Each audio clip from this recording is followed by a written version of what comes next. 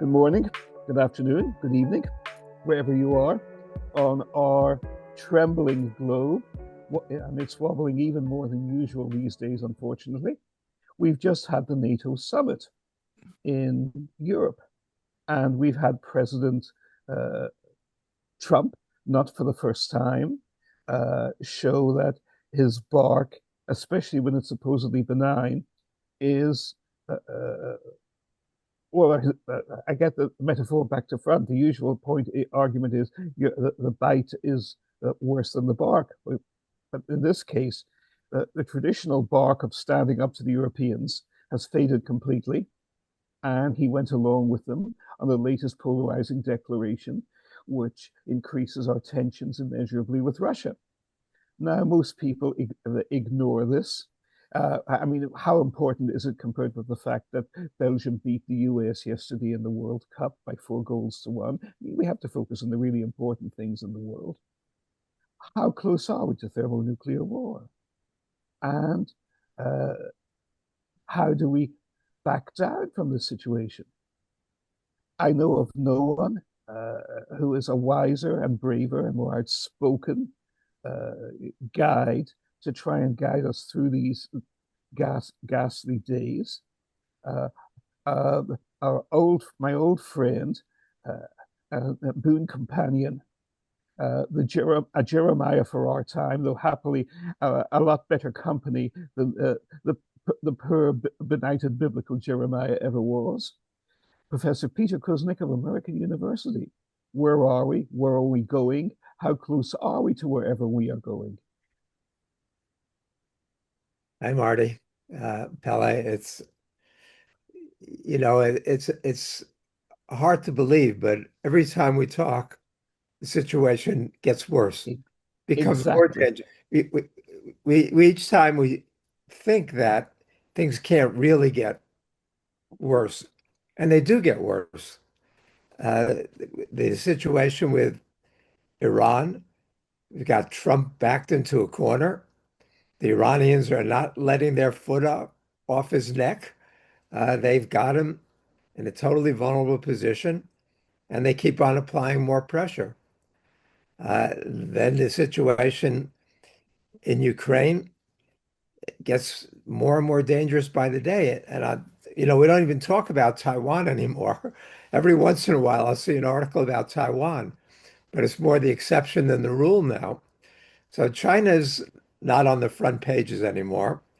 But with Trump's trip to Ankara and the NATO summit, what we're seeing is, in some ways, almost you get mixed messaging. It's one step forward, two steps backward right now. The fact that Trump is feuding with the Europeans is in some ways a good thing. Uh, but on the other hand, the way the Europeans are reacting to this is with more and more insane behavior.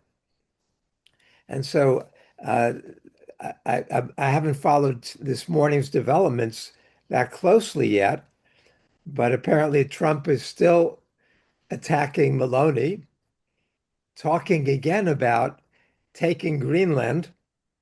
Well, Uh, I mean, yeah, that'll solve everything. just this morning, again, he raised it, so he's going there because he's furious. And he's furious with the Europeans, or at least for some of them, with some of them for doing the right thing, for not supporting his and Netanyahu's illegal, immoral, stupid, unsuccessful uh, war with Iran. And so he's there raging. And how are the Europeans responding to this? The NATO countries?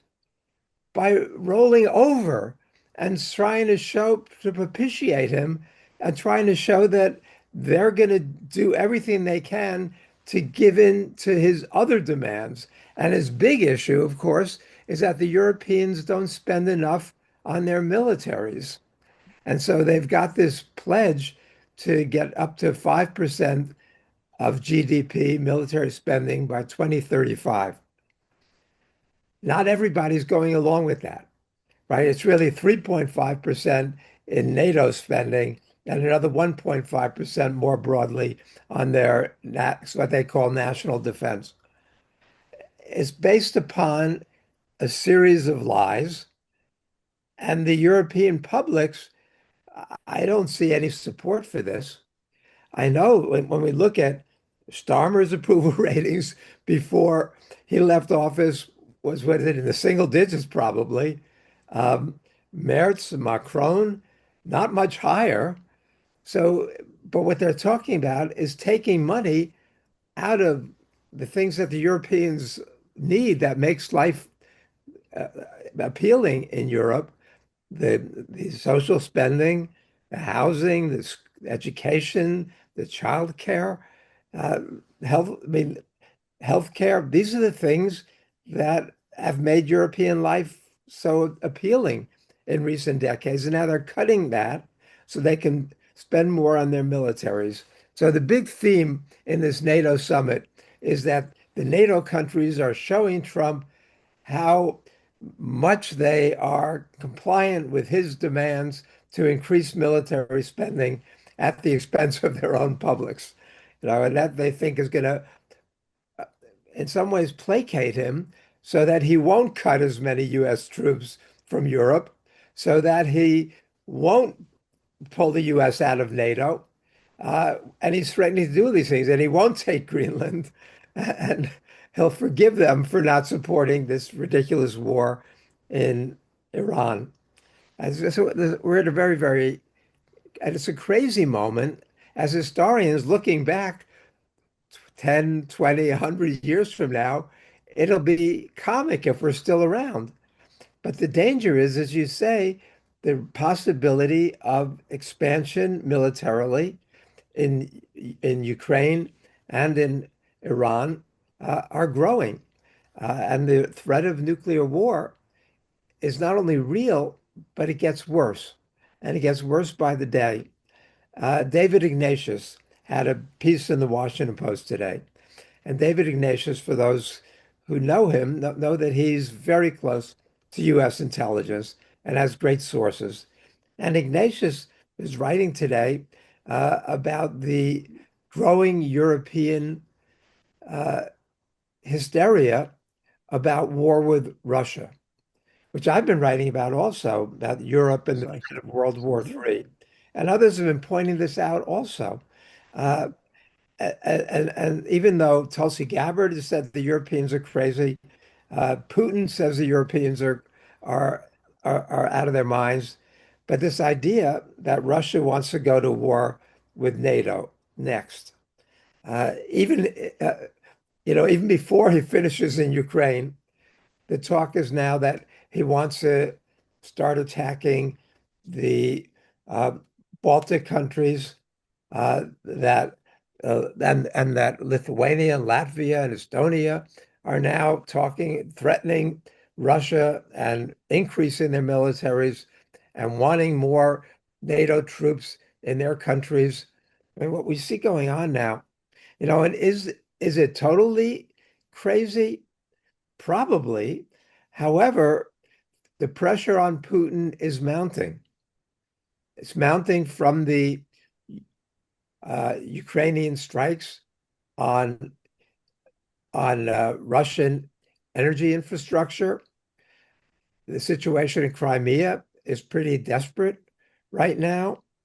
So Putin is under enormous pressure from the hawks in Russia to act much more aggressively against Ukraine right now. And we've seen two major Russian strikes in Kyiv just this past week that did enormous damage. And the collateral damage in terms of killing civilians was much higher than we've seen in quite a long time in Ukraine. So Putin is under enormous pressure to escalate and even in some circles to use tactical nuclear weapons. Yes. He's resisting it. But when a friend of mine met with him a few months ago, and made it for 45 minutes, in which Putin stressed the pressure he's under from the hawks of Yes. Russia. And so even though I did a hour and a half show recently with Ray McGovern. And Ray's a great guy and is extremely smart guy. And he was the head of the Russia desk at the CIA, and he used to do the president's daily briefings. And Ray is dismissing the Ukrainian strikes on Russia as pinpricks and saying it's not affecting anybody and Russia's not going to escalate. And I took a different position. And a lot of people have written me since and said they agreed with me I that, do too. that these attacks are really taking their toll on Russia. And this recent escalation, I think, is a sign of that. But we see now Zelensky, who is in Ankara for these meetings, the NATO meetings, demanding more and more defense systems, Patriots and others. This latest Russian attacks, the Ukrainians have been able to shoot down many of the Russian drones, but they haven't been able to shoot down the Russian missiles. The ballistic missiles have all been hitting their targets. And Ukraine does not have the interceptor drones that can take down the Russian ballistic missiles. And so we're seeing this escalation, and we're seeing calls. The NATO meeting is all about these pledges for $70 billion in military and financial support for Ukraine this year, and more pledged for next year. So what we're seeing is the Europeans saying across the board that if Russia gets a win in Ukraine, then they're next. The Russia's coming after Europe next, which is madness. But is it totally out of the question? I think it's largely out of the question the way it's being framed. But the Ukrainian attacks on Russia are taking a serious toll. The Russian economy is suffering, and this war has gone on for almost 4.5 years now, with Russia not being able to take the Donbass. Mm. So, I think we're in a very, very dangerous moment. Well, they're taking Konstantinovka in the last couple of days, apparently, and that's the third last city in Donbass. And so there's only Slavyansk and Kramatorsk left. And once they've done that, because I mean, it always seemed to me ridiculous that Putin was asking for the whole of Donbass, in Anchorage last year, and he was never going to get that if he hadn't actually conquered it. And I don't know, it's not based on any special intelligence. It's just based on kind of intuition following the back and forward of their public debate. Was that I thought that once they got the Donbass, that might actually be a moment for some kind of ceasefire, and I think that Trump and Putin are kind of agreed on that because Putin asking for land that he hadn't conquered. But once he conquers the Donbass, that'll be the beginning of negotiations, and that'll happen by September or October. And I think that knowledge that Donbass is going to fall is what's motivating the Europeans' desperation because they're not prevailing. The European media is saturated with propaganda about how Putin is on his last legs. But he's been on his last leg since 2010 or whatever. I mean, the headlines are exactly the same and how Ukraine is winning. And nobody mentioned Konstantinovka in the British press, just as no one mentioned the Tulsi Gabbard's release of the COVID files showing that the CIA had collaborated with the Chinese on Wuhan. So, but unfortunately, I think Europeans are much more beholden to their mainstream media than the Americans. You have much more much more independent minded. But there is a war atmosphere in Europe, sadly. The Americans are pretty pathetic too in that regard. Yes. The American press is unanimous in driving up the hysteria, but the U.S. is more focused on Iran these days. Yeah. Although NATO is going to get a lot of headlines and is starting to get a lot of headlines and discussion. Uh, and for the most part, Trump is being portrayed as this 2-year-old throwing temper tantrums.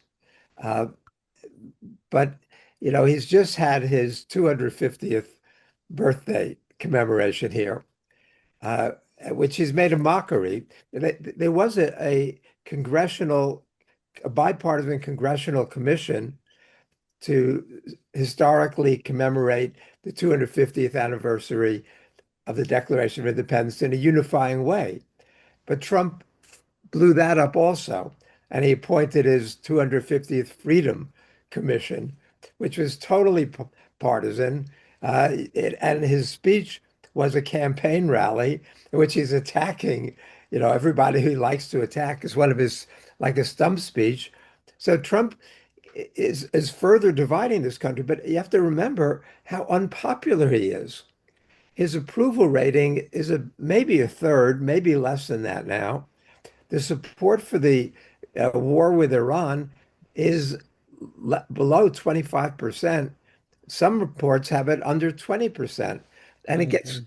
more and more unpopular. And the Iranians keep showing that they're not defeated, that they will not give up on the Strait of Hormuz. Just today, there were two more attacks on ships that did not comply with Iran's demands on how to transit the Strait of Hormuz. So the Iranians are not relenting. Oil prices still are high and keep going up. Or today they're back up again a little bit. But Trump again is desperate, and he's lashing out at the Europeans, at least some of them, for not supporting this. So again today he attacked Meloni. He put out a post on Truth Social, making her look pathetic and begging him to do a photo with her. Uh, what kind of idiot deliberately antagonizes his allies? And Maloney was among the His biggest special ally, yeah, of Trump.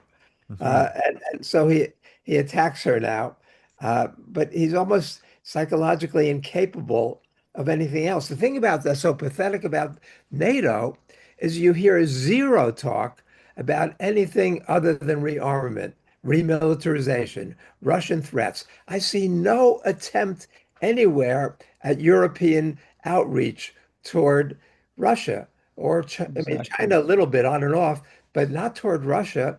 And Putin is of a mind where I think he would love to strike some deals. But all the Europeans, they have one play, one approach, and that's remilitarization, rearmament, Russian threat. And you hear it from all of them. When France's leading general, Fabien Mandon, tells the governors that the problem with France, that the French is that they don't want to lose their children again, but they're going to have to get ready for that. And you hear that kind of theme coming out of the European diplomats, the European military leaders, European political leaders. It just shows the insanity of the moment we're in, where there's nobody who's, except for talking for the need for peace. Pope Leo's been doing it. Mhm. And so Trump and his friends attack the Vatican and attack Pope Leo. Yes. Uh, Guterres tries to do that, but doesn't have much of a voice right now. Sanchez in Spain is resisting increasing military spending to 5% and refused to let the U.S. use the joint bases that they control. Mhm. Uh, Maloney attempted to limit U.S. use of bases, but then Ruta goes and says, oh no, they're letting the U.S. use Italian bases. So we don't know, but there's some resistance in that regard because Yeah, and Iran was some of the so Europeans are. Some of the southern Europeans are. I mean, I think that there was talk about appointing. They can't get around to appointing a spokesman to deal with the Europeans. And Merkel was mooted, and then Stubb, the Finnish president. And but then they did a roll. They did a poll, and they found out that nearly two-thirds of European countries wanted to talk to the Russians, but they tended to be the less loud ones. They tend to be the ones in Central Europe and West, Southern Europe. But the ones making the noise, the three big three, and the Scandinavian and the Baltic states, and they Poland also. Poland, yeah, they're so noisy and Well, aggressive. always Poland. That's right. Although Navrotsky, And there's a now spat between the Ukrainians and the Poles now. Navrotsky, the Polish president, is a little bit more cautious, I think, than the prime minister. Yeah, sorry, Martin. well, he can't wait to send French ships through the Strait of Hormuz, though. I Right. mean, Macron really wants to do that, and he's offered his nuclear umbrella to the rest of Europe, you know, and they're increasing their nuclear arsenal. The Brits are also increasing their nuclear arsenal. Um, and Naraki, the Polish president, said Poland needs its own nuclear weapons, or at least needs U.S. weapons stationed in Poland. Of Uh, course and, it does. and Tusk says It's it's either dollars today or blood tomorrow for the Poles. Uh, and and then you got We'll Zelensky. get both. Zelensky saying it's either NATO or nuclear weapons. So the mindset, when we're going to look back at this as a time when the militarists were in control everywhere, just about everywhere. And we're pushing for what's going to almost inevitably be a third world war. And it's going to quickly turn nuclear. And they're never able to program limited nuclear war. Every time they try a war game for limited nuclear war, it ends up in full-scale nuclear war. They never know how to cut it off, Mm. stop it, limit it. So When we people are could, passive, there's no peace movement. People no, don't even very know about little. it. I mean, I don't. But it's interesting if you look at Facebook pages to the big European networks, they're nearly all hostile to the media stories. Saying come off it. That's rubbish. And you didn't see that a year or two ago. And I don't. I think maybe some of them are Russian bots, but I don't think all of them. I think there has been a climb, but people that doesn't have any effect. I mean, there's a total disconnect with what people feel. And I mean, I think a lot of the Mearsheimer type narratives are coming through that the Ukrainians have lost huge amounts of men. They've got the generation they've lost. They've utterly corrupt Zelensky, and Russia's not running out of military materiel. But there's such a lock by we call it the deep state, the political class. And I don't know how much they realize they're hated. I'm going to meet a friend of mine who works in the UK mainstream media, and I'm going to tell him, do you realize the SW1? I mean, there's a guy called Dominic Cummings who was Boris Johnson's close friend, Oh, yes. and he's now allowed onto a couple of shows to say they hate you. They really, really hate you. SW1 is the London Postal District where Westminster is situated. So that's sometimes My used as a God, I shorthand. never thought I'd live to see a day when I'd be on the same side as Dominic Cummings. The world is truly in an Armageddon mad mode. But Peter, a follow up on a couple of points you made, which both appall but also bewilder me, and I'm sure you too. And that is, we had the Zelensky, who's presided over the annihilation of his own Ukrainian people, and is still basically telling NATO and the major nations of Europe, without whom he would be toast, without whom he would be seen as the cockroach he is. And he pulls their strings, they're not pulling his. And we have Mr. Netanyahu still pulling it, apparently Trump's strings, even after Trump railed at him, even after Trump's own top people, Ratcliffe and Secretary of State Rubio and Vice President Vance, all told Trump in front of Netanyahu, the Israelis are lying to you. It won't be a 4-day war. It's ridiculous. And yet, Netanyahu still has this Svengali hold over Trump. What is going on with these guys? People have theories. Oh, they have bought the Europeans. They have bought Trump. My own view is it's much more sinister and spiritual and simply, as you say, insane and mad than that. It has to be explained either on the demonic or at least the psychological level. But I mean, what you're we always joke about this. You're the rational one among us. You're not Irish. Give us a rational explanation for how these idiots, these incompetents, these imbeciles, because they're not geniuses. They're idiots. Every one of their policies, as you say, is catastrophic for their own countries. And yet they still tell all of NATO and the United States of America what to do, and our leaders listen to them. What's going on here? Well, where do we find a leader with any vision anywhere? I mean, sometimes Xi Jinping has a good day and, repudiates warfare and talks about global development and and Oh, yeah, and absolutely. global South and you hear that we hear that from much of the you hear from the African Union. You used to hear from some of the Latin American countries, Lula on occasion. Uh, the the global South generally wants a very, very different direction than what the world is offering right now. And they know that if there is a nuclear war, they suffer as much as everybody else does because of nuclear winter. So we're all pretty much doomed if that happens. But you've Exactly. got the leading uh, lunatics. You mentioned Ukraine, Russia, I mean, Ukraine, uh, Israel, the United States, but you also look at the world we've created. I vaguely remember having read that the United States won World War II with the help of, or the Russians won World War II in Europe with the help of the United States and the Brits, uh, defeating Nazi Germany, and that the US and the Russians defeated Japan. Now, who's leading the remilitarization of the world? Japan is leading in the Pacific, and Germany is leading in Europe. I mean, what happened to World War II? Not that, we quickly went off the rails when Wallace was defeated in the race for vice president in July of 44, and then Roosevelt died on April 12th, 45, and Truman became president. And so it wasn't very long before the Cold War was really entrenched. But we look at the leaders everywhere. You mentioned the stupidity of the of what's going on. I mean, Zelensky has, there's a lot of blame to go around.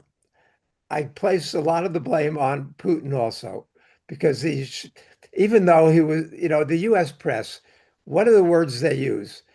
The full-scale Russian invasion of Ukraine. Everywhere you see it, full scale, full scale, full scale. It was never a full-scale invasion, Exactly. but it wasn't even a planned for invasion. And they expected, I guess, Ukraine to roll over. It didn't happen, and they were unprepared. Uh, and, and then you see unprovoked invasion. It was, of course, highly provoked. They surrounded Russia with NATO countries, but the situation has only made Russia weaker in a lot of regards. Economically, also the image of the Russian military as being so threatening and powerful has been greatly diminished as a result. And you've got Finland and Sweden in NATO, and the European NATO's much more anti-Russian than it had been even before this Russian war invasion of Ukraine. So I think it was stupid, although provoked on Russia's part. And I would love to see Putin end it. I hear what Putin and Lavrov and Peskov and Ryabkov say about the U.S. war with Iran, and they're totally right. But they don't have any moral authority while their war with Ukraine is going on. So for some reason, I keep getting invited to Russia and on Russian TV, and I implore the to end this sooner rather than later and declare victory if he wants, even though the world knows it's not a real Russian victory. And Trump should declare victory in Tehran, even though Exactly. everybody's laughing at him. Mm. And we got to go in a different direction globally, because both of these situations are moving more and more toward increased aggression and hostility, and further escalation rather than taking an off ramp. So I think that what this has proven, which is in some ways good, is that war is obsolete in the modern era. That if countries like Ukraine and Iran can resist such powerful countries as Russia and the United States, asymmetrical warfare, and because these drones that the U.S. and its allies use cost $25,000 to $35,000. Many of the interceptors that uh, were being used cost upwards of $1 million. Asymmetrical warfare works. It's Exactly. working for Iran. Control of the Strait of Hormuz, as people like to say, is more powerful than having a nuclear weapon right now. because they've got a stranglehold over the world economy, and they're exercising it. Mm. So, I think that warfare, when was the last time the United States won a war? You could say, 1945, Operation Korea. Urgent Fury in Operation Urgent Fury in Grenada in 1983. And maybe you could say the first Gulf War, although it wasn't a complete victory, it was a partial victory militarily. The United States can blow things up, and Russia could do much more damage in Ukraine if it wanted than it has done. It could do to Ukraine what the Israelis did to Gaza. But even that's not a win for Israel. They've No, it's leveled. a big loss for them. Hmm? Absolutely. Yeah, they leveled Gaza, but it's not a win. Nobody wins through warfare in the modern era. Russia couldn't win in Afghanistan. In 1979, for a decade, they got bogged down there. The U.S. couldn't win in Vietnam, in Afghanistan, in Iraq, in Libya. So what they've proven is that warfare is obsolete. And that would be great if they actually learned that lesson. But what the European NATO summit is about is the opposite. It's trying to say we can win militarily if we only build up enough military forces, which means that if there's a war, it's going to be nuclear. And Mm. then nobody wins. Then there's nobody left to tell them that they were idiots. So we Mm. have to tell them now, you're idiots, and you got to find a different path because we're not going to have a chance once this whole thing blows up. Wow. Peter, at one point you made before in your this commanding, terrifying, totally compelling presentation, and it really hit me straight in the face. And that is, here we have all the uh, war colleges, think tanks, uh, enormous centers supposedly filled with brains in London, military brains in London, in Paris, in Brussels, most of all, in Washington. And among all their endless conferences and discussions and debates and analyses and wargaming, none of them has the faintest idea how to stop a nuclear escalation once the first nuke has been dropped. They're all gung ho about tactical nukes, even more than the overrated Eisenhower was in the 1950s. They're so gung ho about that. But as you say, none of them seems to have the slightest idea what comes next. The US Navy was taken by surprise at Pearl Harbor, but they had Plan Orange. They had a conceptual plan of how to wipe out the nation of Japan they'd lovingly drawn up in the 1920s. The bomber barons, of course, had their fantasies, which proved totally false in World War II and killed 110,000 Allied airmen, as well as 600,000 German civilians and even more Japanese civilians, as we so well know. But none of these people has a clue. But do any of them even, I don't think any of either the politicians or the military themselves has a clue that they don't have a clue. Am I right about that? Yeah, Oh, you're Peter, totally you've got right. 30, 45 seconds left. Go ahead. Yeah, you're totally right about that. They don't have, there's no plan B. There's no what we do after the first nuclear weapon is used, except we escalate. The crazy thing, which I've talked with you about before, is that there's this whole school of nuclear planners who think that they can win a nuclear war, that they can Yes, strike preemptively. And they now, with new seismic technologies and AI, they can pinpoint every Russian, Chinese, and sub, and actually wipe them out before, and then they can get the bombers and strike the missiles. They believe there's a group of them around Trump who believes that they can fight and win a nuclear war. These people should be locked up. Peter, These what people you just said are was the most criminally frightening insane. thing of the whole chat. I'm afraid we've got to end there. yes, There are people around Trump who think a nuclear war can be won. How frightening is that? My God. Anyway, Peter, you've got to come on soon again. Thank you so much. Incredible talk and exactly. Peter, that Thank was you, guys. magnificent. Always a fantastic. pleasure.